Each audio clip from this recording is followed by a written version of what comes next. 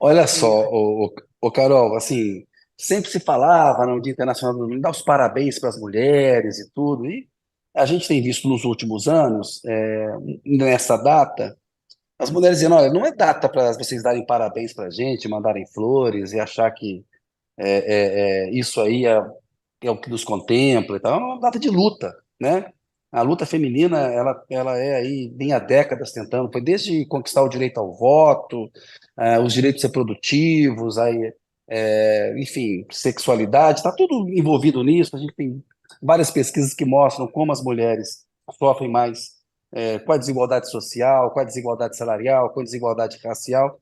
Então, explicar um pouco para a gente, Carol, como é que você vê essa data de hoje, por que que ela é de luta, e nos ajudar a responder a pergunta até o final do bloco. Tem que fazer uma síntese ali, o que falta para as mulheres poderem celebrar o 8 de março, como se esse dia um dia virar um dia de celebração. não é um dia de celebração, está longe de ser ainda, é um dia de reivindicação, é um dia de olhar para a questão dos direitos das mulheres especificamente, perceber o que, que falta, e ainda falta muita coisa. Kennedy Toledo, a gente não pode conviver num país que aceita, por exemplo, os dados que vieram à tona hoje, né, que são de morte de mulheres a cada 6 horas, feminicídio a cada 6 horas morre uma mulher. Como é que a gente lida com isso e comemora, né? Não tem nada para comemorar. A gente ainda está muito atrás ainda do que seria aceitável. Então, seria nenhuma mulher morta, seria todos os direitos da infância das meninas assegurados, seria que a gente pudesse sair na rua com a roupa que a gente quisesse, sem ser assediado, seria que a gente tivesse salários iguais, né? Equiparar esses salários. O dia 8 de março tem uma origem nessa reivindicação salarial trabalhista, né, de direitos iguais entre homens e mulheres. Agora, a gente viu, assistiu hoje uma grande mudança de foco, né, em relação aos direitos da mulher. Eu acho que isso é muito importante a gente analisar. Podemos falar disso também?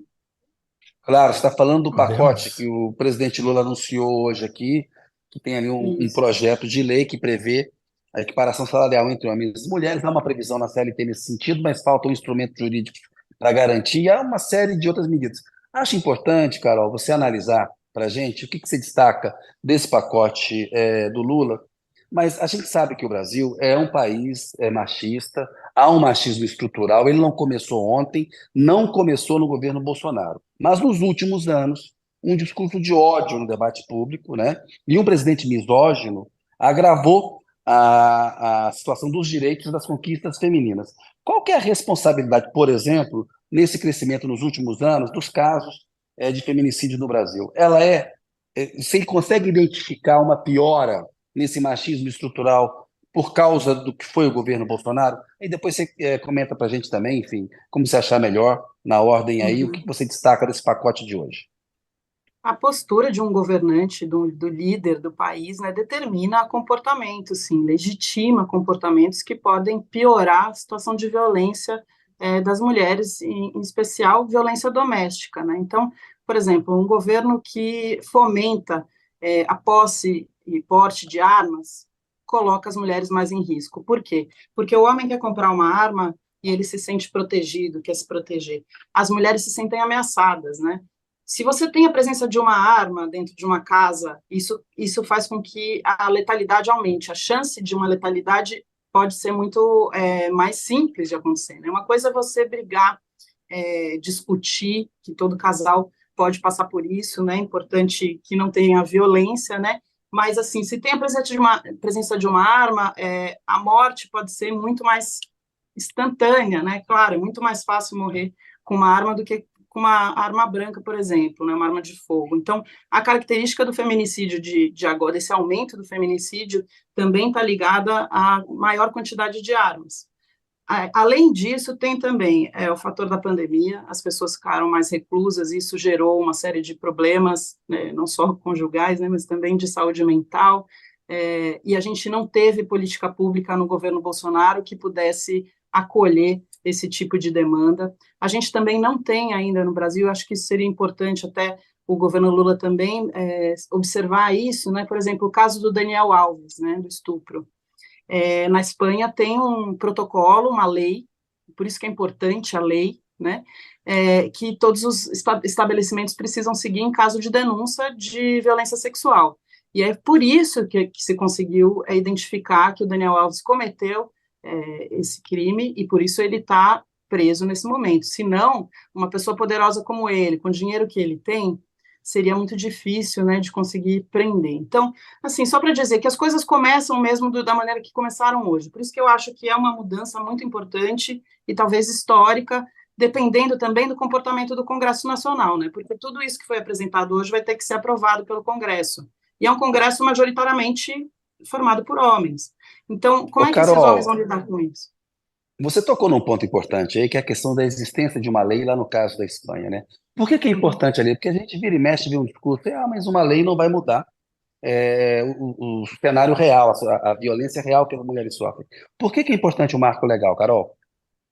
Importantíssimo, né? Lá estabelece um protocolo, né? Então, as provas, a pessoa consegue fazer uma denúncia protegida, né? Não precisa procurar uma delegacia que esteja aberta, não precisa uma delegacia da mulher especificamente, não precisa ter a sorte de encontrar um policial, um delegado ou uma delegada que seja mais simpática a acolher uma mulher em situação de violência. Então, lá nesse caso é isso. Mas, por exemplo, no Brasil, a Lei Maria da Penha é um marco importantíssimo também de proteção das mulheres em caso de violência, né? E, assim, o Bolsonaro desdenhou bastante da Lei Maria da Penha. Vocês lembram quando ele falou que a mulher, se for assaltada, é melhor ela ter uma arma do que vai tirar uma lei da Maria da Penha da Bolsa?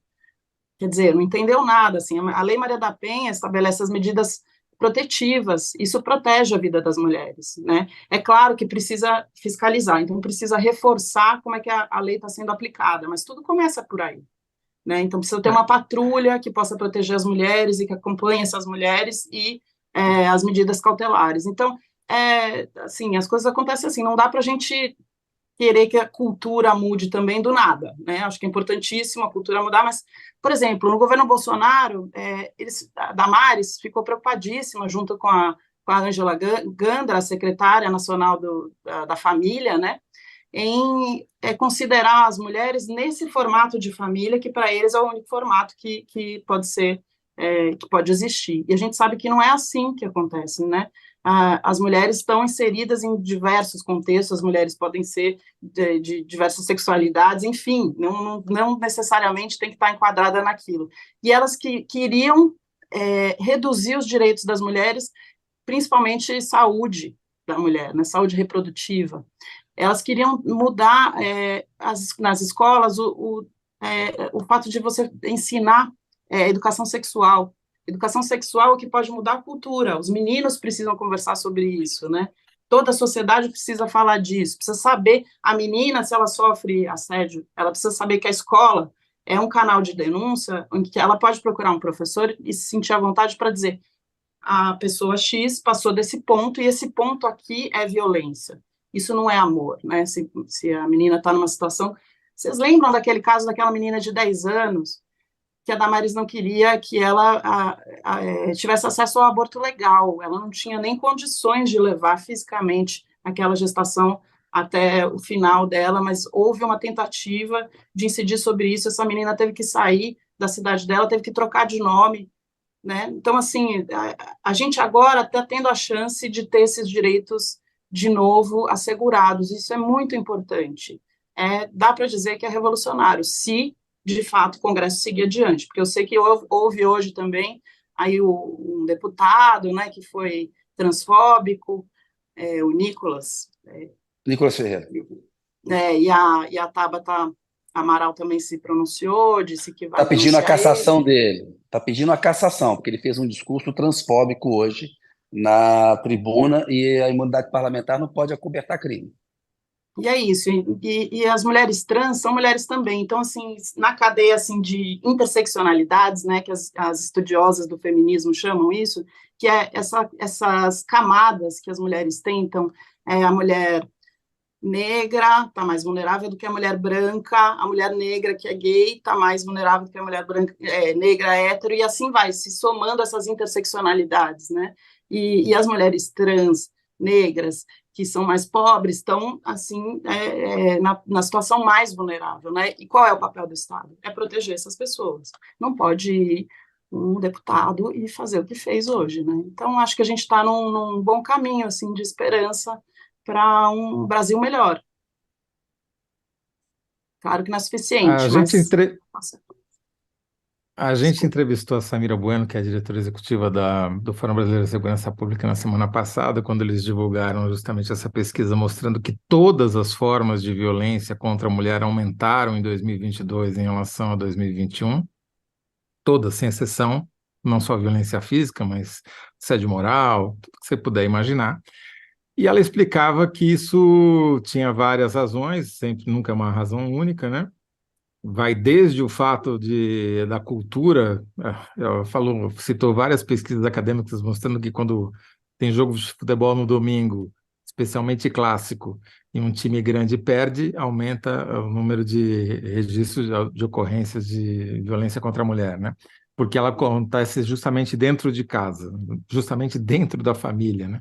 Por isso que é importante ter um Ministério da Mulher e não da família, porque o problema é a família, às vezes, né? Enfim, Uhum. mas de tudo que ela falou ali, elencou, me chamou a atenção o fato de que ter o Estado garantir à mulher condições para fazer a queixa, né, registrar a queixa, ou de ser amparada quando sofre a violência, são absolutamente fundamentais. E isso começa com um marco legal, né? Sem você ter um marco legal para dizer quais são as obrigações do Estado, você não vai conseguir oferecer aquilo que a mulher precisa na hora, né? Nesse caso específico da legislação que foi proposta hoje, eu queria que você, por favor, comentasse. Além de tudo, é bom para jornalista, né?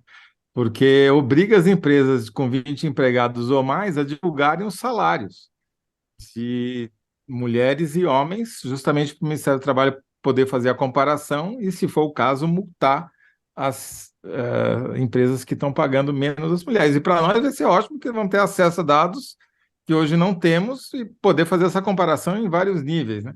Como você enxerga esse item específico da legislação, Carol?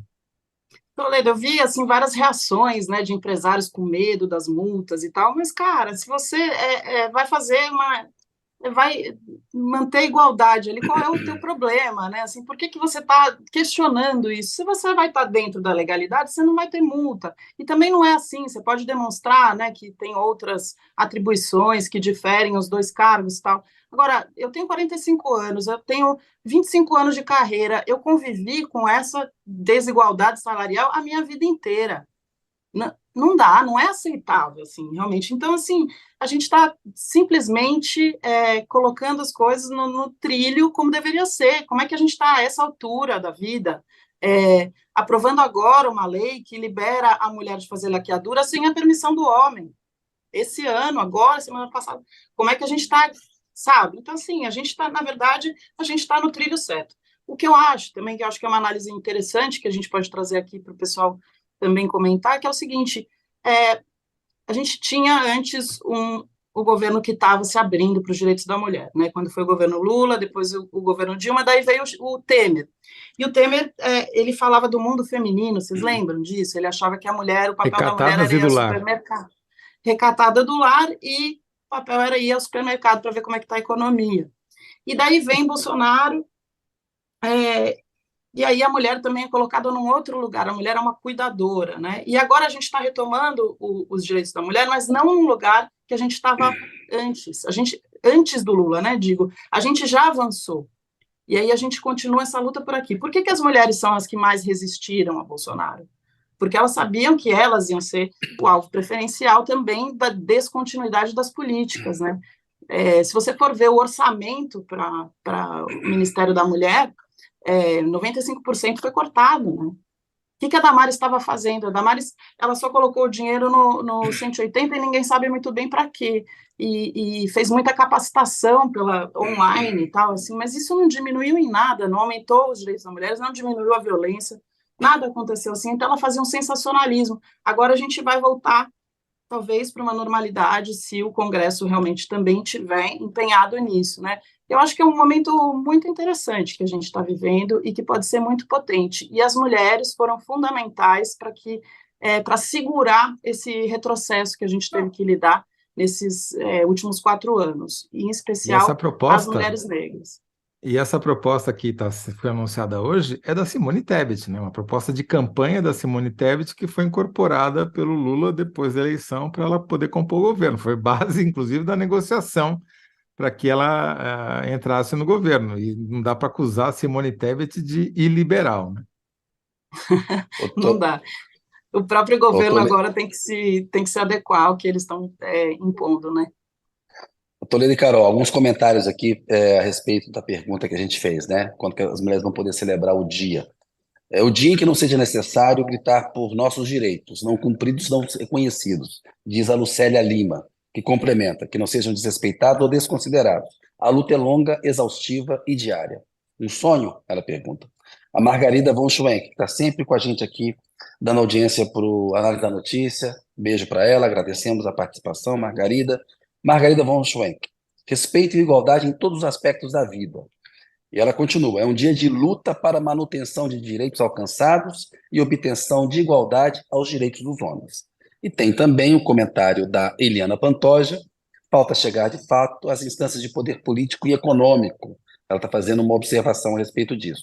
E a Rúbia Paula Oliveira diz: não existir nenhuma lei ou documento legal que elenque quais direitos as mulheres possuem ou não, é, impede, né, a celebração. Ela está marcando, que é importante que exista um marco legal, pois são todos iguais perante a lei, sem nenhuma distinção. Então a Rúbia também vai nessa linha da importância do marco legal. Kennedy, Toledo, cara, diga. eu queria só mencionar mais uma coisa do pacote que eu achei muito importante, assim, que foi o que mais me chamou a atenção, para falar a verdade.